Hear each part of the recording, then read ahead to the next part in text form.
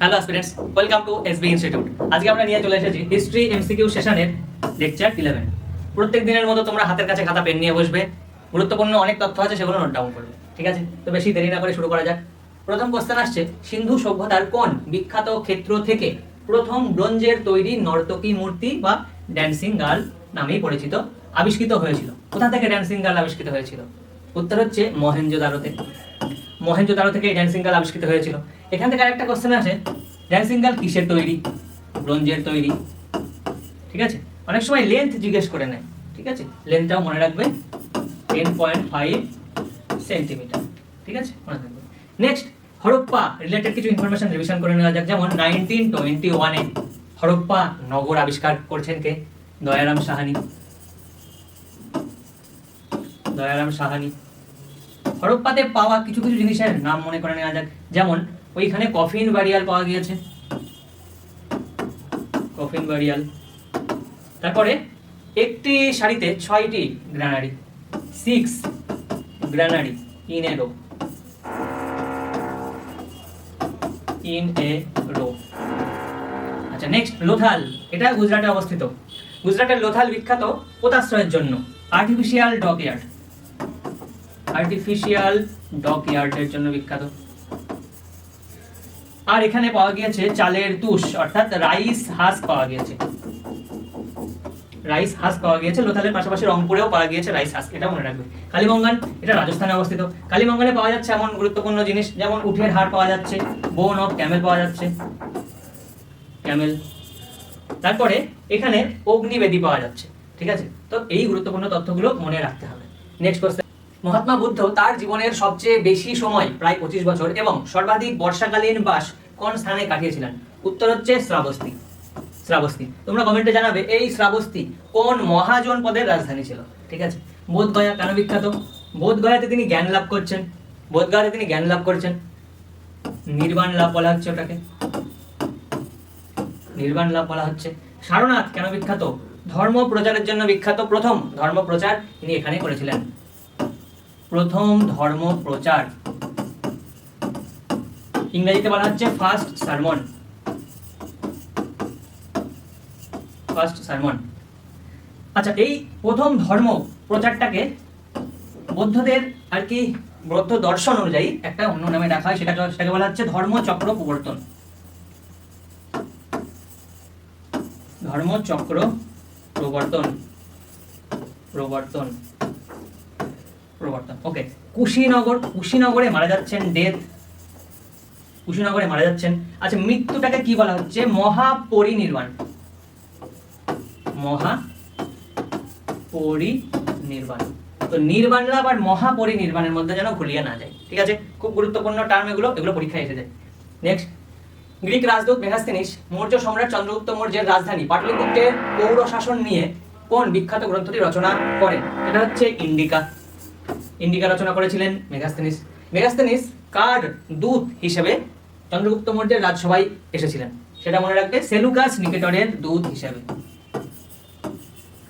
Seleucus নিকেটরের দূত হিসেবে। ঠিক আছে, অর্থশাস্ত্র কে লিখছেন? কৌটিল্য লিখছেন, কৌটিল্য। এনাকেই চাণক্য বলা হচ্ছে। আবার এনার আরেকটা নামও আছেন, বিষ্ণুগুপ্ত, বিষ্ণুগুপ্ত। সব নামগুলো মনে রাখবে। মুদ্রা রাক্ষস কার লেখা? বিশাখ দত্তের লেখা, বিশাখ দত্তের লেখা। সি ইউকি, সি ইউকি কে লিখছেন? সি ইউকি লিখছেন হিউ এন সাং। ইংরেজিতে এটাকে সুয়ানজানো বলা হয়। ঠিক আছে, তো হিউ এন সাং লিখে নাও, হিউ এন সাং।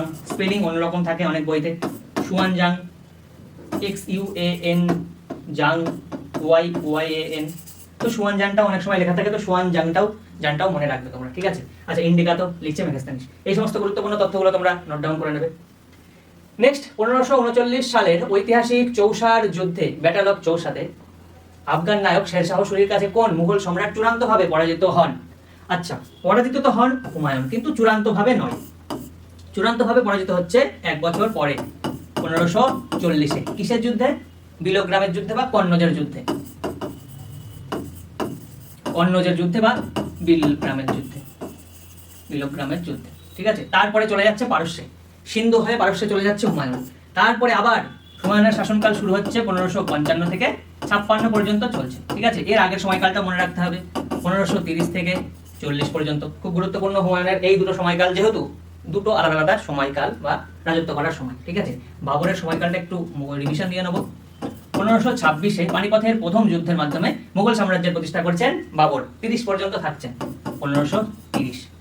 আকবরের সময়কাল 1556 থেকে 1605, এগুলো সব এডি অ্যান্নো ডমিনি অর্থাৎ খ্রিস্টাব্দ। জাহাঙ্গীরের সময়কাল 1605 থেকে 1627। খুব গুরুত্বপূর্ণ এই সময়কালগুলো কিন্তু মনে রাখতে হবে, ঠিক আছে। নেক্সট, 1829 সালে রাজা রামমোহন রায়ের প্রচেষ্টায় কোন ব্রিটিশ গভর্নর জেনারেল রেগুলেশন 17 17 নম্বর রেগুলেশন দ্বারা সতীদাহ প্রথা সম্পূর্ণ বেআইনি ঘোষণা করেন? উত্তর হচ্ছে লর্ড উইলিয়াম বেন্টিং। সতীদাহ প্রথা রদ করেছিলেন কিন্তু উইলিয়াম বেন্টিং। কার সাহায্যে? রাজা রামমোহন রায়ের সাহায্যে বা রাজা রামমোহন রায়ের উদ্যোগে। বোঝা গেল? আচ্ছা, লর্ড ডালহৌসি সম্পর্কে কিছু তথ্য রিভিশন করে নেওয়া যাক। যেমন এদিকে 1848 সালে ইনি কি নিয়ে আসছেন? শর্ত বিলোপ নীতি, ডক্ট্রিন অফ ল্যাপস বলা হয় ইংরেজিতে, ডক্ট্রিন অফ ল্যাপস। এই ডক্ট্রিন অফ ল্যাপসের মাধ্যমে বিভিন্ন দেশীয় রাজ্যকে গ্রাস করে নেওয়া হচ্ছে, অধিগ্রহণ করে নেওয়া হচ্ছে। এগুলো তো আগেও রিভিশন আমরা দিয়েছি, পরে আবার আসবে। লর্ড রিপন, লর্ড রিপন ইনি খুব ভালো মানুষ ছিলেন বা একজন ভালো ভাইসরয় ছিলেন ভারতবর্ষে। এনার সময়কালটা একটু দেখে নেওয়া যাক। 1880 থেকে 1884, তোমরা নোট ডাউন করবে এগুলো সব। এনার সময় প্রথম 1881-এ আমাদের যে বর্তমান যে 10 বছর পর পরে যে আদমশুমারি আসে ওটা শুরু হয়েছিল, ঠিক আছে। লর্ড ক্যানিং ইনি হচ্ছেন ভারতের প্রথম viceroy, first viceroy of India, first viceroy of India. আবার ইনি last governor general of India, ঠিক আছে। তো governor general of British India,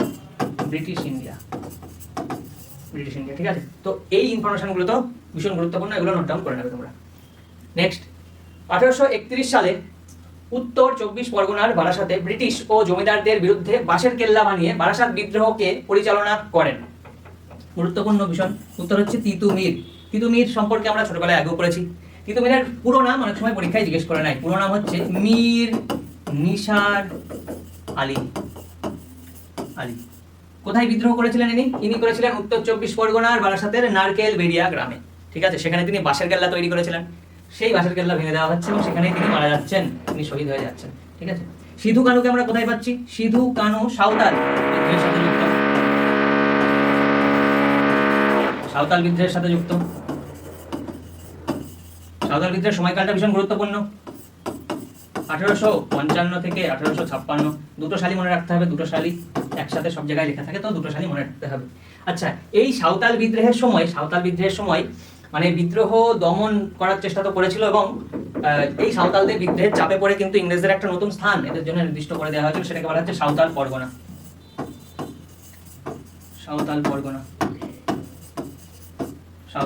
Damini কোহটাও যুক্ত সাঁওতাল বিদ্রোহের সাথে, ঠিক আছে। তারপর আরেকটা কোশ্চেন আসে, সাঁওতাল বিদ্রোহ নিয়ে কোন পত্রিকা লেখালেখি শুরু করেছিল? সেটা হচ্ছে হিন্দু প্যাট্রিয়ট। এটা গুরুত্বপূর্ণ, হিন্দু প্যাট্রিয়ট।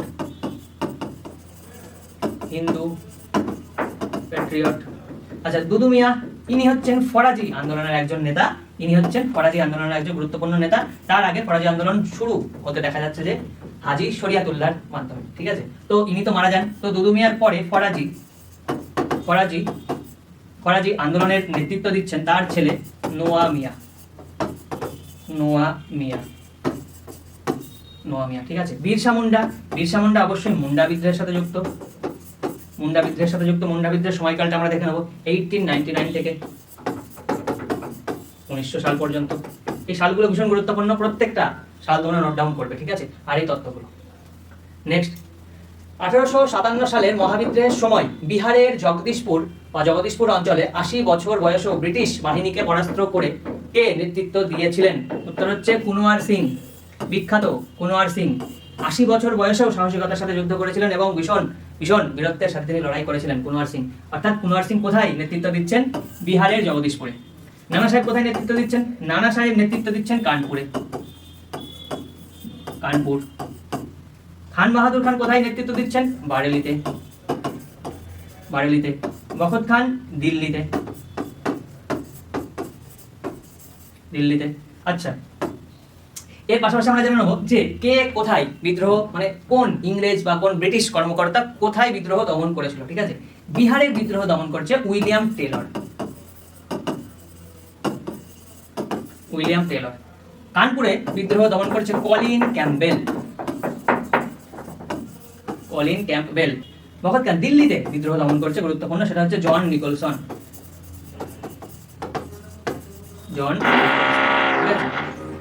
নেক্সট, 1870 সালে মহারাষ্ট্রের পুনেতে সামাজিক ও রাজনৈতিক অধিকার রক্ষার জন্য পুনা সার্বজনিক সভা কে প্রতিষ্ঠা করেন? উত্তর হচ্ছে মহাদেব গোবিন্দ রানাডে।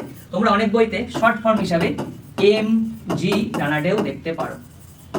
MG রানাডে, মহাদেব গোবিন্দ রানাডে। ঠিক আছে, এর পাশাপাশি আমরা অন্য কিছু গুরুত্বপূর্ণ তথ্য দেখে নেব। সেটা হচ্ছে সুরেন্দ্রনাথ বন্দ্যোপাধ্যায় একটা গুরুত্বপূর্ণ বা প্রথম সর্বভারতীয় সভা তিনি তৈরি করেছিলেন।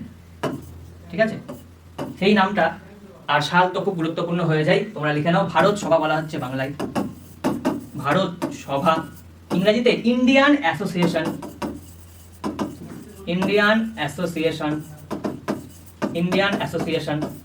আচ্ছা, কত সালে তৈরি করা হয়েছিল?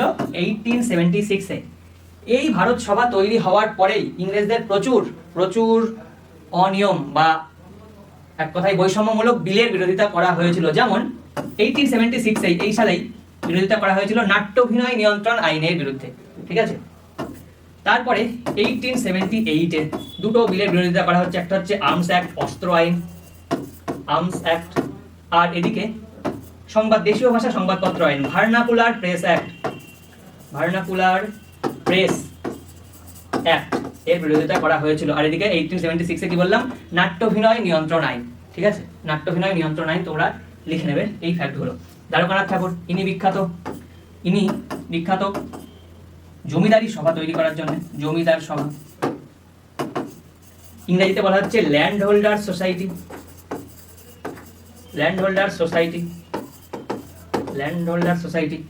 ঠিক আছে, তারপরে জ্যোতিবা ফুলে তৈরি করেছিলেন সত্য শোধক সমাজ।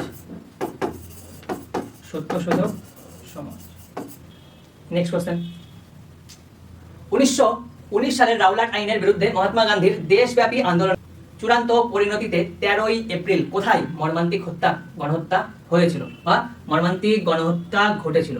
অ্যাকচুয়ালি ঘটেনি, গণহত্যা করা হয়েছিল। কোথায়? জালিয়ানওয়ালাবাগে, ইংরেজদের দ্বারা। এই জালিয়ানওয়ালাবাগের মাঠে নিরস্ত্র সাধারণ মানুষ বৈশাখী উৎসবের দিনে একত্রিত হয়েছিল। সেখানে ওই জালিয়ানওয়ালাবাগের একমাত্র দরজা বন্ধ করে দিয়ে সেখানে জেনারেল ডায়ার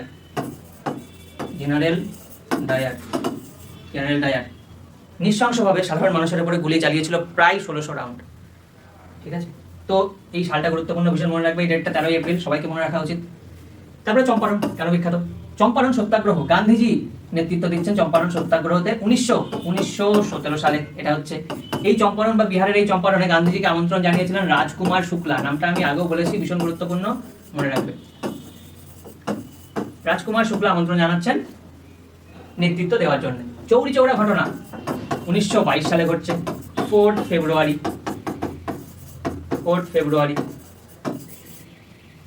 অহিংস অসহযোগ আন্দোলনের শেষ আর কি এই ঘটনার মাধ্যমে হয়। গান্ধীজি প্রত্যাহার করে নিয়েছিলেন অহিংস অসহযোগ আন্দোলন। কেন? গান্ধীজির পথ ছিল অহিংসার পথ, সত্য আগ্রহ অর্থাৎ সত্যাগ্রহের পথ। কিন্তু এই চৌরি চৌরা ঘটনাতে কি হয়েছিল? সাধারণ মানুষ তাদের নিয়ন্ত্রণ হারিয়ে ফেলে তারা পুলিশ ফাঁড়িতে আগুন লাগিয়ে দিয়েছিল একটা।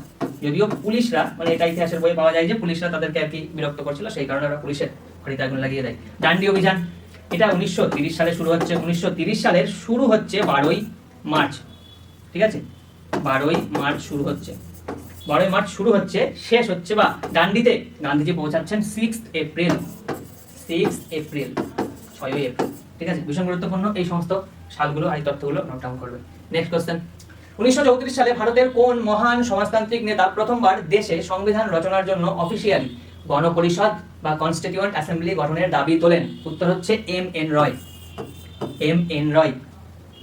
আচ্ছা, M.N. রয়ের আসল নাম তোমরা লিখে নাও, নরেন্দ্রনাথ ভট্টাচার্য।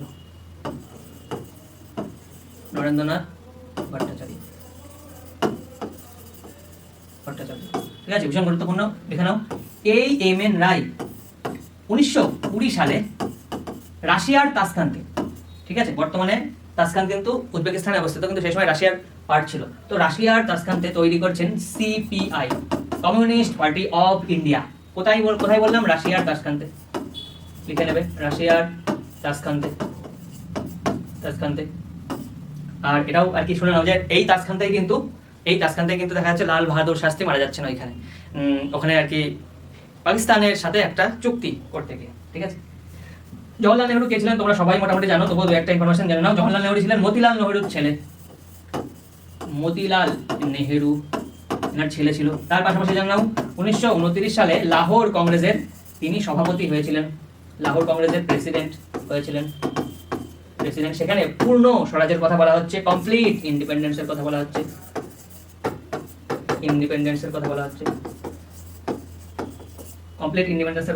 জয়প্রকাশ নারায়ণ ইনি 1934-এ কংগ্রেসের মধ্যেই তৈরি করছেন কংগ্রেস সমাজতন্ত্রী দল। তোমরা লিখে নেবে, জায়গা নেই। কংগ্রেস সমাজতন্ত্রী দল গঠন করা হয়েছিল 1934-এ জয়প্রকাশ নারায়ণ দ্বারা। বি আর আম্বেদকর কেন বিখ্যাত আমরা সবাই জানি, ইনি সংবিধান খসড়া কমিটির চেয়ারম্যান ছিলেন। ঠিক আছে, তো ইনি চেয়ারম্যান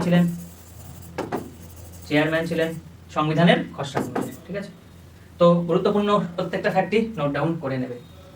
নেক্সট তোমাদের জন্য কিছু কোশ্চেন, প্রত্যেকটা কোশ্চেন খুব ভালো করে পড়বে এবং উত্তর করবে। যদি তিনটেই অ্যান্সার করতে পারো তাহলে জানবে প্রিপারেশন খুব ভালো আছে।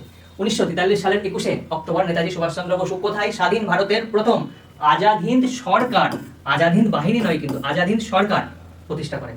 দিল্লির কোন সুলতান প্রথমবারের মতো জিজিয়া কর থেকে মুক্ত থাকা ব্রাহ্মণদের ওপরও সরাসরি জিজিয়া কর চাপিয়েছিলেন? নেক্সট, 1882 সালে ভারতের কোন উদারপন্থী ভাইসরয় লর্ড লিটনের আনা কুখ্যাত দেশীয় সংবাদপত্র দমন আইন বাতিল করেন? প্রত্যেকটা কোশ্চেন ভীষণ গুরুত্বপূর্ণ, প্রিভিয়াস ইয়ার আশা কোশ্চেন। আশা করি তোমরা প্রত্যেকটার উত্তর দিতে পারবে। আশা করি তোমরা প্রত্যেকটা গুরুত্বপূর্ণ ইনফরমেশন নোট ডাউন করে নিয়েছো। আর এই রকম ক্লাস কিন্তু আরো আসতে থাকবে, তার জন্য তোমরা এসবি ইনস্টিটিউটের এই ইউটিউব চ্যানেলটাকে সাবস্ক্রাইব করে নিও। আর আজকের ক্লাস তো এই পর্যন্তই। Thank you.